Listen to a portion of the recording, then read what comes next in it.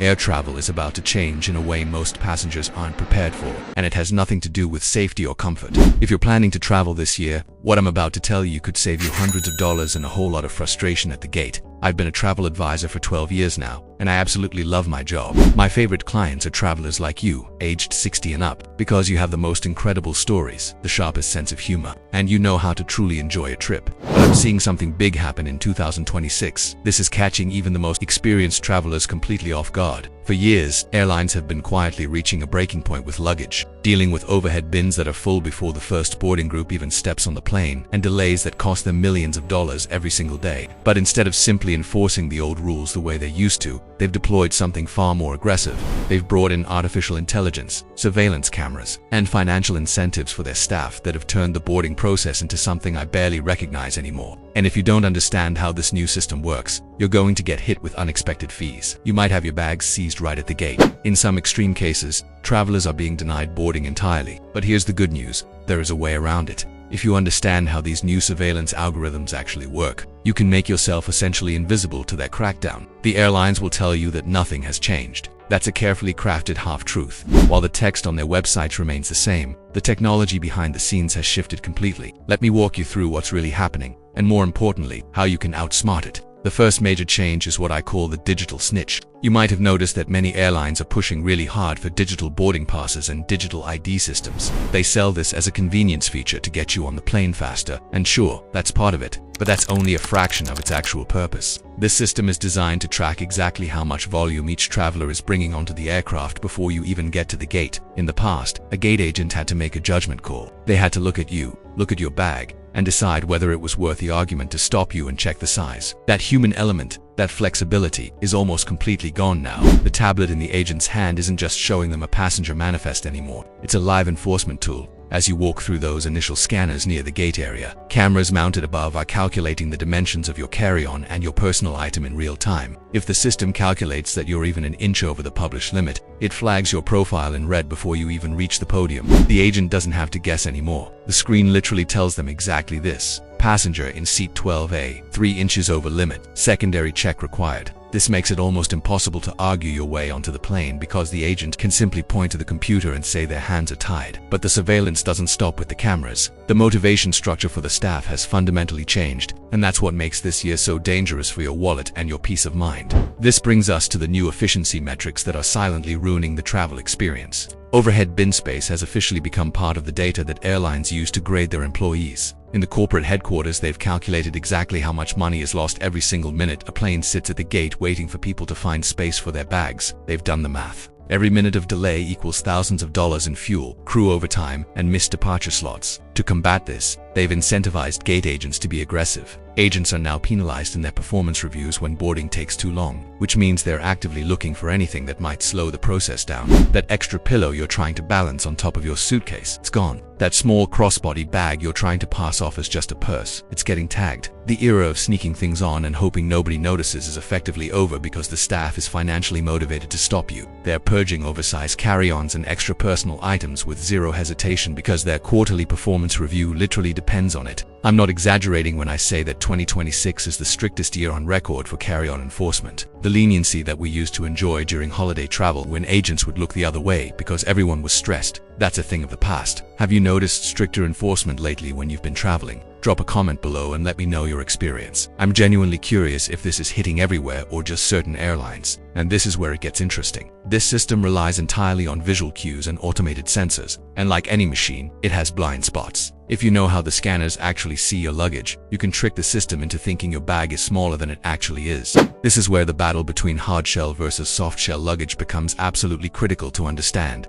For the last decade, hard-shell suitcases have been the status quo. They look sleek and modern. They protect your items from getting crushed. They're easy to roll through the airport. But in 2026, a hard-shell bag has become a genuine liability. The new AI scanners that are being used at boarding gates have a built-in bias against rigid shapes. Because a hard-shell suitcase has fixed dimensions, the scanner reads its volume as absolute. Even if the bag is only half full inside, the scanner sees that rigid outline and calculates the maximum possible size. This is why thousands of people are getting flagged and stopped even when their bags would easily fit in the metal sizer. But bags look big to the computer, and the computer is making the decisions now. The counter move here is to switch to a soft-sided carry-on with rounded edges.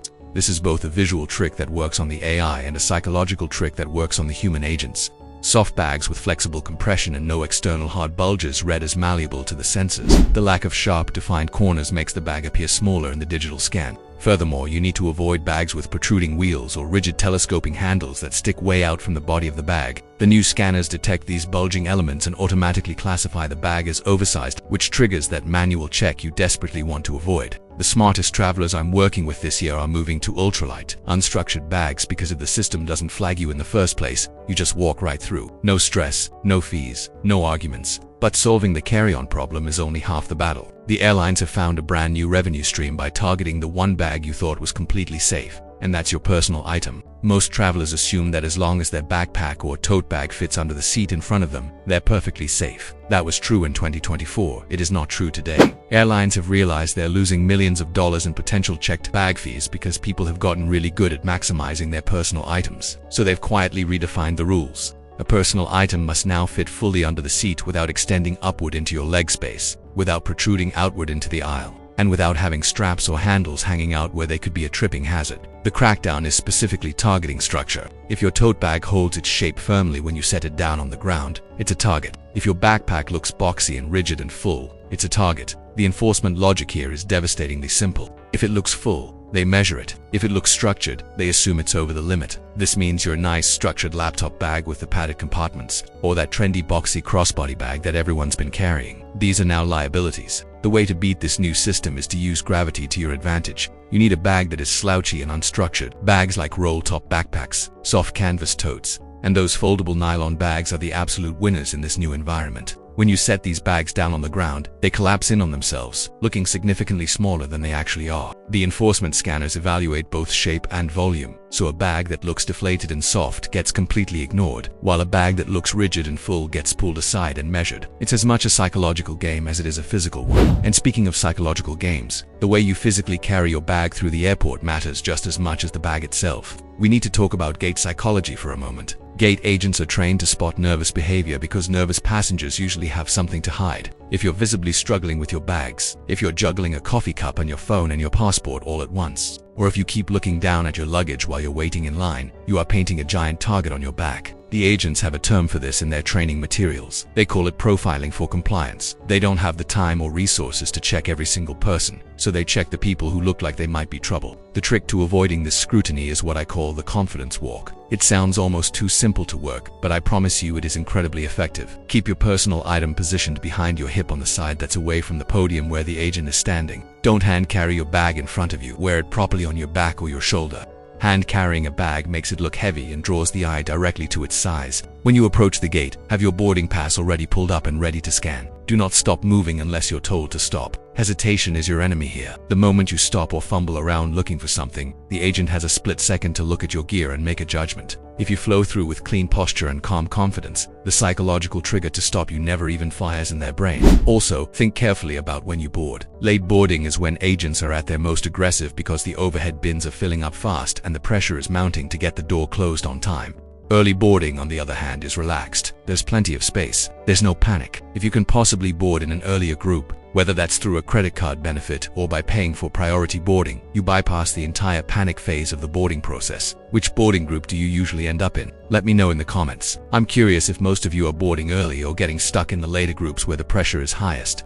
If you're flying internationally, and I know many of you love to travel abroad, the rules flip completely upside down. In the United States, airlines primarily care about the size and dimensions of your bag. In Europe and Asia, they care about weight, and they care about it intensely. 2026 has brought back strict enforcement of the 7-kilogram limit, which is about 15 pounds. And this is catching American travelers off guard every single day because we're simply not used to thinking about weight. They are now weighing bags right at the gate, not just at the check-in counter where you might have been able to rearrange things. If you get caught over the limit here, there's no quick fix. There's no pulling out a sweater to make it lighter. You have to check the bag, and you have to pay the gate price, which is often double or even triple the standard checked bag fee. The workaround for the weight limit requires a very specific packing strategy that I teach all my clients before they fly internationally. Most international airlines will weigh your carry-on suitcase, but they rarely weigh your personal item backpack. You need to shift your density intentionally. All of your heavy electronics, your laptop, your camera, your power banks, your battery chargers, All of that needs to go into your backpack that you're wearing on your body. Your carry-on suitcase should be filled only with clothes and other light items. This simple shift can move 3 to 4 kilograms off your main bag, which is often the difference between passing and failing that weight check. If they do decide to weigh everything, including your backpack, you have one final card to play, and it's called wearable luggage. Security officers and gate agents generally do not count the clothes that are currently on your body as part of your luggage allowance. A heavy jacket with large pockets can hold your chargers, a power bank, and even a small tablet. You can wear your heaviest pair of shoes instead of packing them. You can tie a sweatshirt around your waist. Once you're actually on the plane and settled in your seat, you can take it all off and relax. It might be uncomfortable for 10 or 15 minutes while you're walking through the terminal, but it can easily save you $75 or more in unexpected fees. But sometimes, despite all your best efforts and preparation, an agent is going to try to corner you. They're going to tell you your bag looks too big or that you have too many items. When this happens, you need to know exactly what to say, because how you respond in that moment matters enormously. If they claim your bag is too big, stay calm and ask one very specific question. Say this: "Can you please show me where the official sizer is? I'd like to confirm the measurement myself." Half the time, they don't actually have a metal sizer immediately available next to the podium. And here's the key point: they cannot legally charge you a fee based purely on a visual guess if you challenge it politely and reasonably. If they do have a sizer nearby and your bag is borderline, this is where that soft shell bag is going to save you. You can unzip any expansion zippers, you can pull out a hoodie or jacket to flatten the top, and you can compress it down to force it into the frame. If it fits inside that metal cage, they are required to let you board with it. Knowledge is your only leverage in these situations, and you're going to need that leverage more than ever because the entire airport experience itself is shifting toward what I call a data border. The days of just showing your passport, getting a quick stamp, and walking through are rapidly ending. If you're heading to Europe this year, you're about to face something called the new Entry-Exit System, or ES. This is a massive digital infrastructure that records your face and your fingerprints every single time you enter or leave the Schengen zone, which includes most of Western Europe. It's mandatory for all non-EU travelers. There's no opting out, and it's going to cause significant delays, especially in the first few months as the system gets rolled out and people get used to it. The old rhythm of just walking through customs with barely a pause is being replaced by automated biometric gates that scan your face and match it to a database. This is part of a much larger trend that's happening globally called the digital travel credential. Governments everywhere are moving toward a future where your physical passport is really just a backup, and your face is your actual ticket through borders. While this sounds futuristic and convenient, and in some ways it will be, it's also a massive data collection point, and the systems are prone to technical glitches. If the facial recognition scanner fails to match your face to your file, whether that's because of lighting or because you're wearing glasses or because the camera angle is wrong, you end up in a manual processing line that is significantly slower than the old system ever was. This is exactly why you must never travel with only your digital ID, even if the airline app says you can go fully digital. Technology fails, servers go down, apps crash, batteries die at the worst possible moment. When that happens, the traveler with the paper backup in their hand is the one who gets through. The traveler relying entirely on their phone is the one stuck at the gate. I can't stress this enough to my clients. Always have the physical documents as your safety net. We also need to discuss the hidden taxes that are appearing in 2026 that most travelers aren't even aware of yet. The United Kingdom has significantly increased its air passenger duty, which is essentially a departure tax that gets built into your ticket price. The European Union is rolling out something called ETIAs, which stands for European Travel Information and Authorization System. It's essentially an entrance fee for American tourists. You have to apply online before you travel, and it costs about €7 and it's valid for 3 years. These aren't huge amounts individually. €7 is not going to break anyone's budget, but they signal a fundamental shift in how travel works. The era of cheap, frictionless international travel is dying. Airlines and governments are finding new ways to monetize every single step of the journey, from the seat you pick to the bag you carry to the border you cross. But there is a silver lining in all of this, and I want to make sure you know about it because it's actually a win for travelers. The US Department of Transportation has finally passed new refund rules that are genuinely in your favor. If an airline cancels your flight or significantly delays it, which they define as more than 3 hours for domestic flights or more than 6 hours for international flights, they are now legally required to issue an automatic refund to you. You don't have to spend 4 hours on hold begging some customer service agent for your money back. You don't have to accept a voucher that expires in a year. The refund is supposed to be automatic and in the original form of payment. This also applies to ancillary fees. If you paid for Wi-Fi during your flight and it didn't work, you're entitled to a refund. If you paid extra for a seat upgrade and the airline moved you to a different seat, you get that money back. But here's the reality check. Automatic in the airline world usually means eventually, and only if you actually notice and follow up. You still need to keep screenshots of your delay notifications. You need to save receipts for any purchases you made. The system does work, but only if you have the documentation to back up your claim. Don't assume the airline is going to proactively reach out and hand you money. You need to be your own advocate. Now let's talk about something that affects many of the most loyal travelers, and that's the loyalty program trap that's unfolding this year. If you've been flying with the same airline for years or even decades, building up miles and elite status, you need to understand that airlines are systematically devaluing those benefits in 2026. The miles you earned 5 years ago do not buy the same flights they used to. Airlines have moved to what's called dynamic pricing for award tickets, which means the same seat on the same flight can cost wildly different amounts of points depending on when you book and how much demand there is. I've seen cases where a flight that used to cost 25,000 miles now costs 60,000 miles for the exact same route, simply because the algorithm detected high demand. Credit card partnerships are also changing their reward structures. Cards that used to offer straightforward points per dollar spent are now adding complicated bonus categories and restrictions. And here's what really frustrates me on behalf of my clients. Your elite status might not even protect you from bag fees anymore. Some airlines have started charging for checked bags even for their mid-tier elite members on basic economy fares. The rules are shifting so fast that even frequent flyers are getting caught off guard. So what's the smart move here? You need to start thinking strategically about when to use points versus when to just pay cash. Sometimes paying cash for a cheap fare and saving your points for an expensive international flight makes more financial sense. Run the math on the actual value you're getting per point.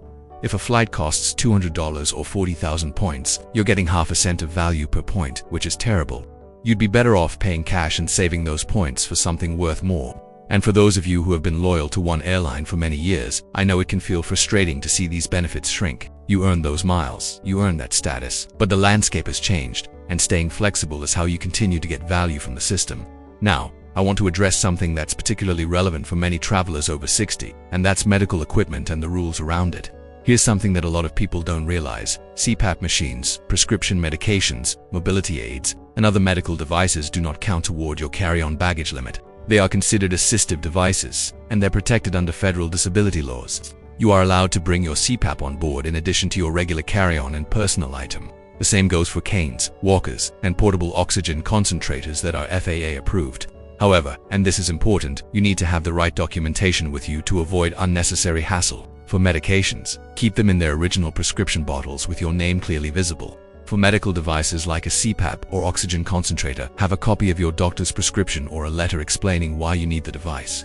You don't legally need to show this at security most of the time, but having it ready can save you a 15-minute argument with an agent who doesn't know the rules. I've had clients who travel with significant medical equipment, and the key is confidence and knowledge. Know your rights. The TSA and the airlines are required to accommodate you.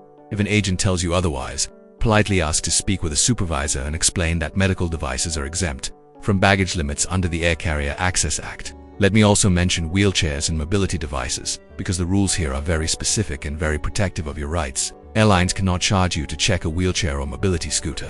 They are required to handle it with care, and if they damage it, they are required to repair or replace it. I know the stories about damaged wheelchairs are frightening, and they're real. My advice is to take photos of your device before you hand it over and inspect it carefully before you leave the airport. If there's damage, report it immediately to the airline's baggage office before you leave the terminal. Waiting until you get home makes it much harder to prove the airline caused the damage. Do you travel with medical equipment? What's been your experience with airlines and TSA? I'd genuinely love to hear your stories in the comments, both good and bad, because it helps other travelers know what to expect. Let's shift gears and talk about something that drives me absolutely crazy on behalf of my clients, and that's the seat selection scam that's become standard practice. Airlines are now charging for seats that used to be free, and they're doing it in the sneakiest way possible. When you book a basic economy ticket, you're often not allowed to choose your seat in advance. The airline tells you that a seat will be assigned to you at check-in, which is technically true. But here's what they're not telling you. The seat map you see when you're booking, the one that shows almost every seat as already taken or available only for a fee, that map is lying to you. Those seats aren't actually sold. The airline is just holding them back to pressure you into paying for seat selection. I've watched this happen dozens of times. A client books a flight and panics because the only seat showing is available are the terrible middle seats in the very back of the plane. They pay $35 to select an aisle seat closer to the front. Then, 24 hours before the flight, when online check-in opens, suddenly there are dozens of good seats available for free. The airline was just gambling that you'd pay out of fear. So here's my advice. Unless you absolutely must sit in a specific seat, like if you're traveling with a companion and you need to sit together, don't pay for seat selection when you book. Wait until 24 hours before departure when check-in opens. In many cases, you'll get assigned a perfectly decent seat for free. The exception to this is if you're flying internationally on a long flight. In that case, the comfort difference between a good seat and a bad seat is significant enough that it might be worth paying. But for a 2-hour domestic flight, just wait it out. Another thing to understand is the difference between basic economy and regular economy. Basic economy is specifically designed to be unpleasant enough that you'll pay to upgrade. You'll board last. You can't bring a full-size carry-on on some airlines. You can't change your flight. The seat you get is usually worse. The airlines are betting that you'll see the $60 difference between basic and regular economy and decide the upgrade is worth it. Sometimes it is, especially if you're checking a bag anyway and the cost of the checked bag plus basic economy is more than just buying regular economy. But do the math yourself. Don't just assume regular economy is always better. Sometimes basic is fine if you're traveling light and don't need flexibility. Now, I want to talk about something that can genuinely transform your airport experience, especially as you get older and comfort becomes more important. That's airport lounge access.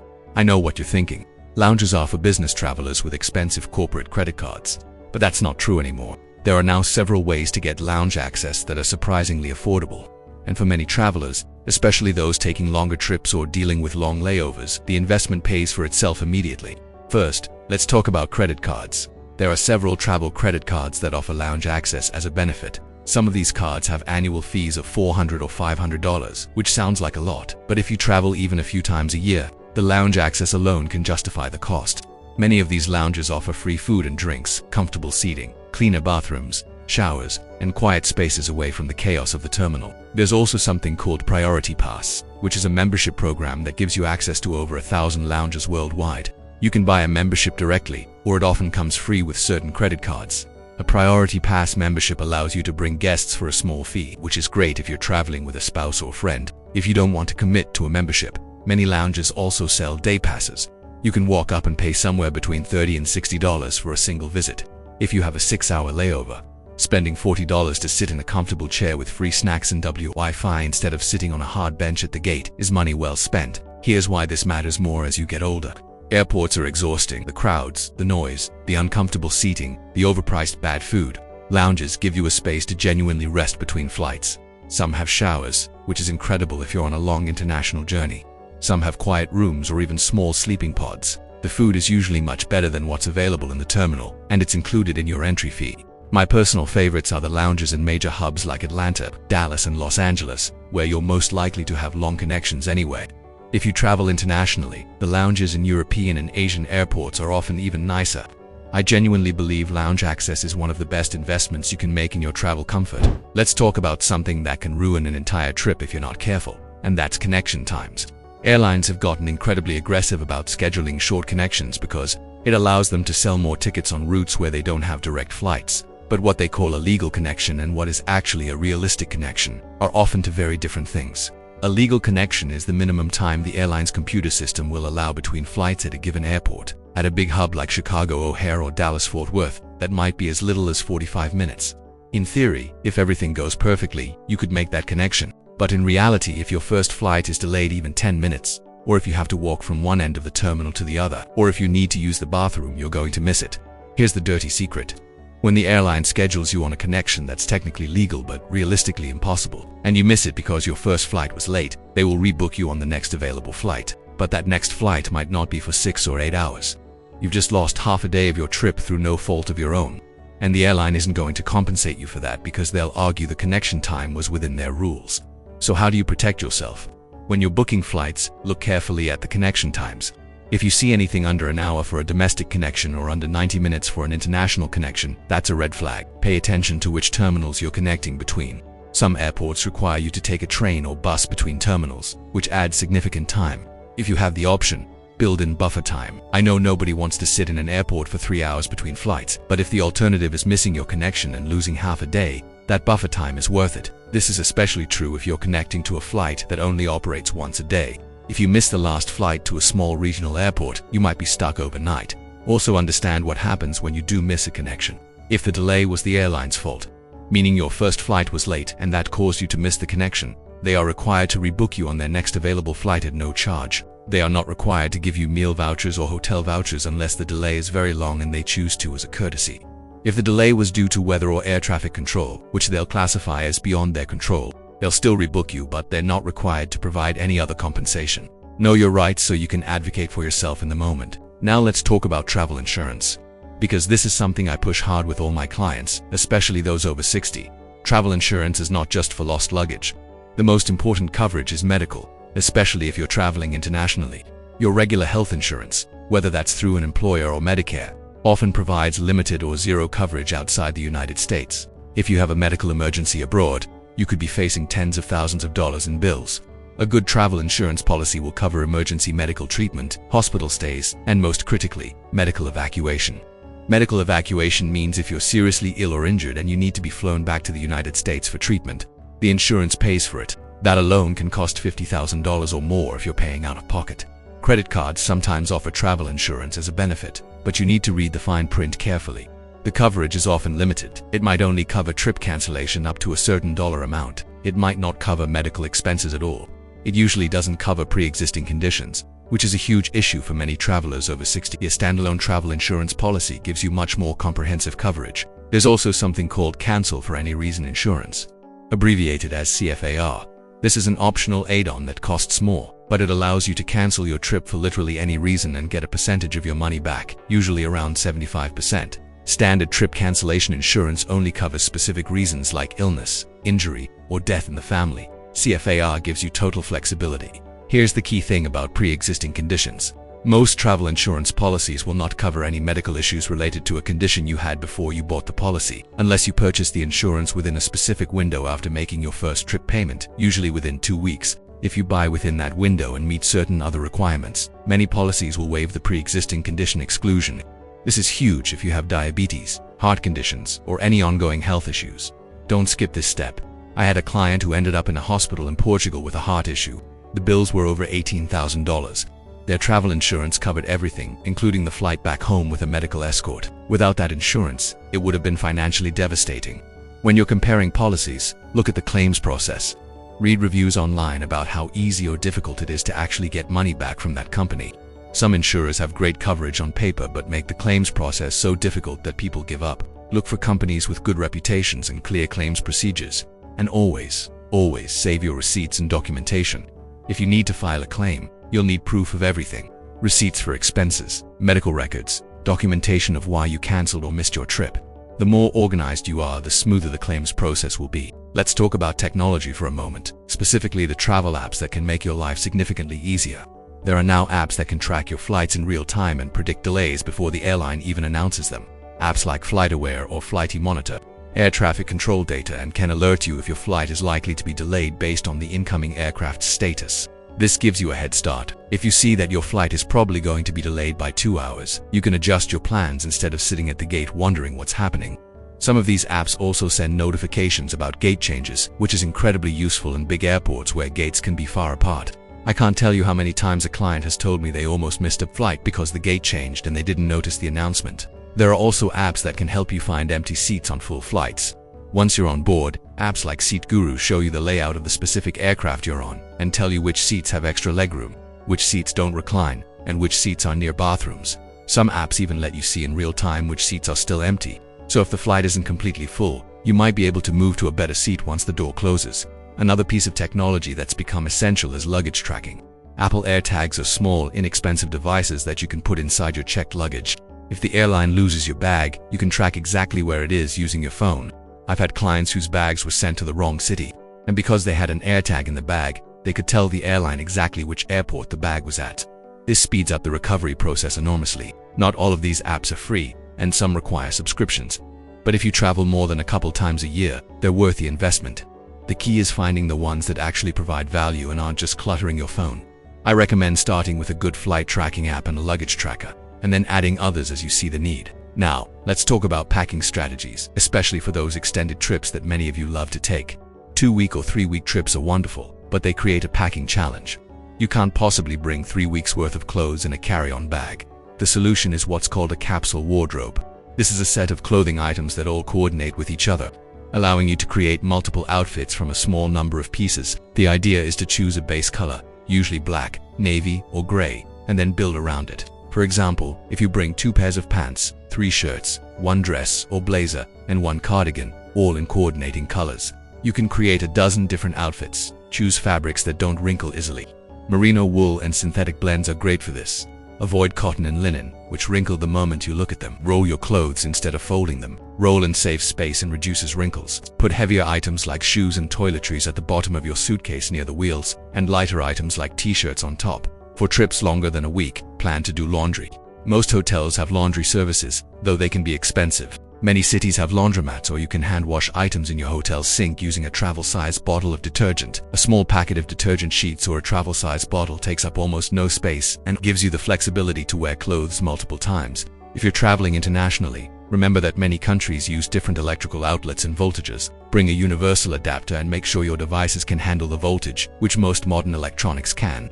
Another thing worth bringing is a small power strip. Hotel rooms often have limited outlets, and if you're traveling with a partner, you'll both need to charge phones, tablets, and cameras. Let's talk about medications for a moment, because this trips people up constantly. Bring more medication than you think you'll need. If you're going for 2 weeks, bring 3 weeks worth. This protects you if your flight home gets delayed or if you drop some pills.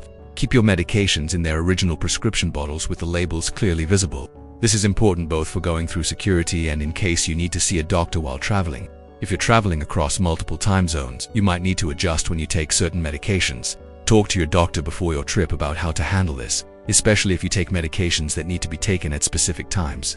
Bring a copy of all your prescriptions, including the generic names of the drugs, not just the brand names. Different countries use different brand names for the same medication. If you need to refill a prescription while abroad, having the generic name makes it much easier for a foreign pharmacist to help you. Also bring a list of any allergies you have and your doctor's contact information.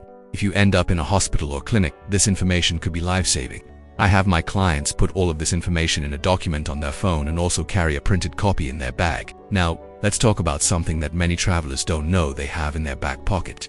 And that's the credit card dispute weapon. This is your nuclear option when an airline refuses to refund you for something they should be refunding. Let me be clear, you shouldn't use this lightly. It's not for situations where you just changed your mind or missed a flight because you overslept. But if the airline cancelled your flight and refused to refund you, or if you paid for Wi-Fi that never worked, or if you paid for a service that wasn't provided, you have the right to dispute that charge with your credit card company. The process is called a chargeback. You contact your credit card issuer, explain that you paid for a service that wasn't provided, and provide documentation to prove it. The credit card company will investigate, and if they agree with you, they'll reverse the charge and give you your money back. The airline will be notified and given a chance to respond. But if they can't prove they provided the service you paid for, you win. This is why paying with a credit card instead of a debit card is so important. Credit cards have much stronger consumer protections built into them. Debit cards pull money directly from your bank account, and getting that money back is much harder. There are time limits for filing disputes. Most credit card companies give you 60 days from when the charge appeared on your statement.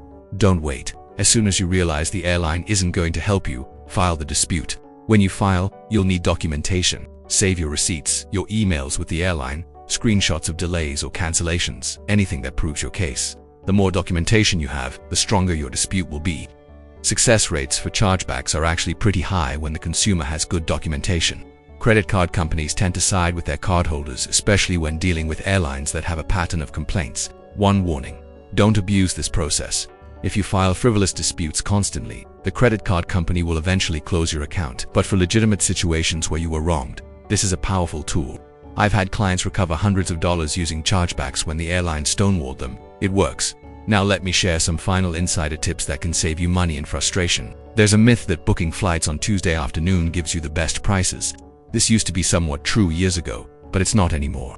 Airlines use dynamic pricing algorithms that change prices constantly based on demand. The best way to find a good price is to be flexible with your dates and to use tools like Google Flights that let you see a calendar of prices across different days. Set up price alerts for routes you're interested in. If you're planning a trip 6 months out, set an alert and wait. Prices fluctuate, and sometimes you'll catch a sale.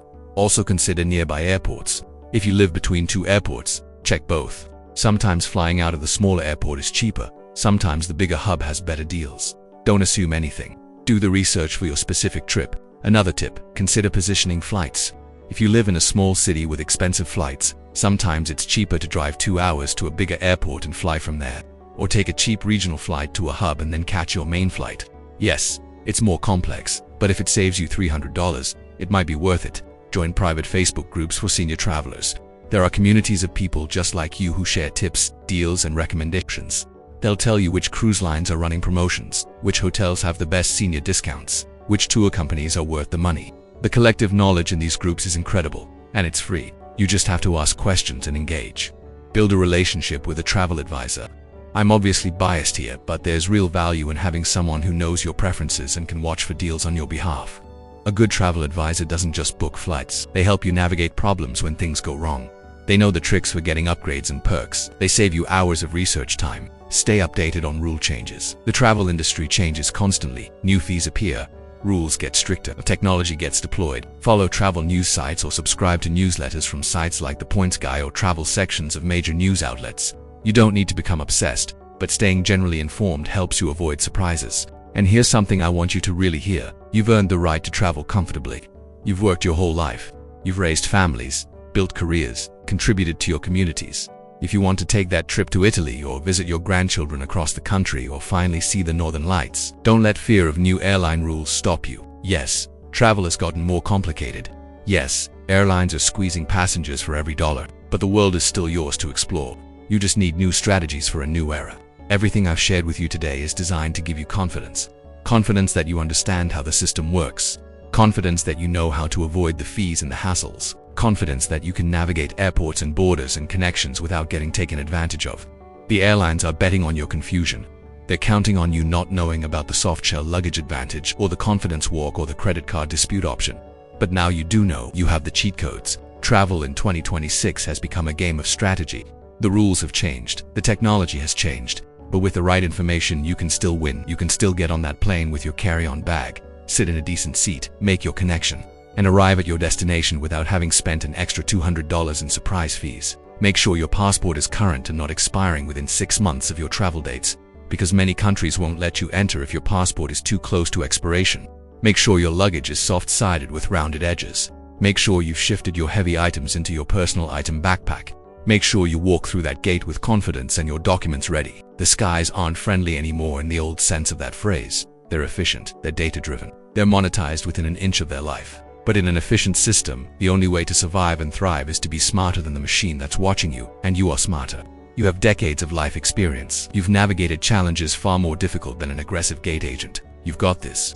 What destination is on your bucket list for this year? Drop it in the comments below.